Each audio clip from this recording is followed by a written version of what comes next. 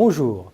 Savoir investir, c'est une phase cruciale pour tout investisseur. C'est le moment clé où l'on est confronté à ce choix fort, entrer sur le marché ou renforcer ses positions.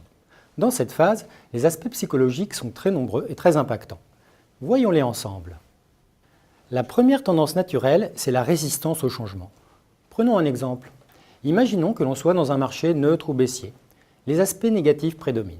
Tout à coup, un fait nouveau apparaît. La donne change. Le marché repart à la hausse. Dans cette phase-là, l'investisseur a tendance à rester ancré dans son mode de pensée négatif.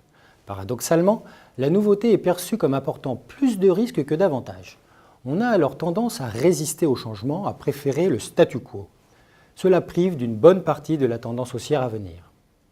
Ensuite, on s'interroge. Faut-il investir ? Objectivement, la réponse est sans doute oui. Mais on hésite. Bien souvent, la peur de perdre, de se tromper, nous empêche de passer à l'acte. On préfère alors ne rien faire plutôt que faire un choix et risquer le regretter. C'est ce que l'on appelle l'aversion au regret.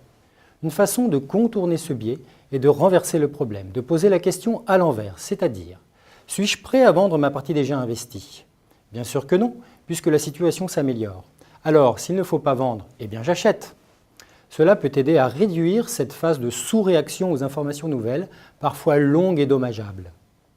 L'autre raison qui nous empêche d'investir, c'est la notion du cadrage dans notre vision du marché. Je m'explique. On a tendance à regarder seulement les mouvements récents et à en tirer des conclusions hâtives au lieu de prendre du recul. Concrètement, prenons deux exemples. Ici, en octobre 2014. Si je regarde le marché à court terme seulement, il vient de perdre 15% en un mois. J'ai vite fait de conclure « c'est baissier ». Hors de question que j'achète. C'est oublier de prendre de la hauteur.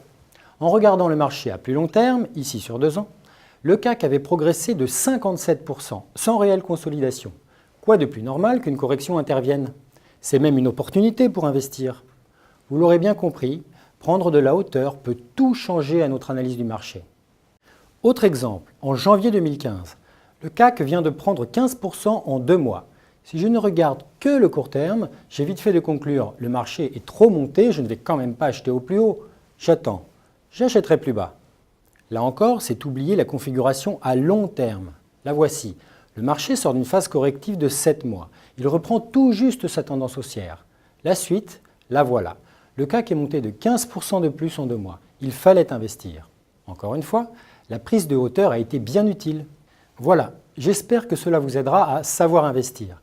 Votre conseiller sera là pour vous accompagner et vous aider dans ces phases de marché. Merci de m'avoir suivi et à très bientôt.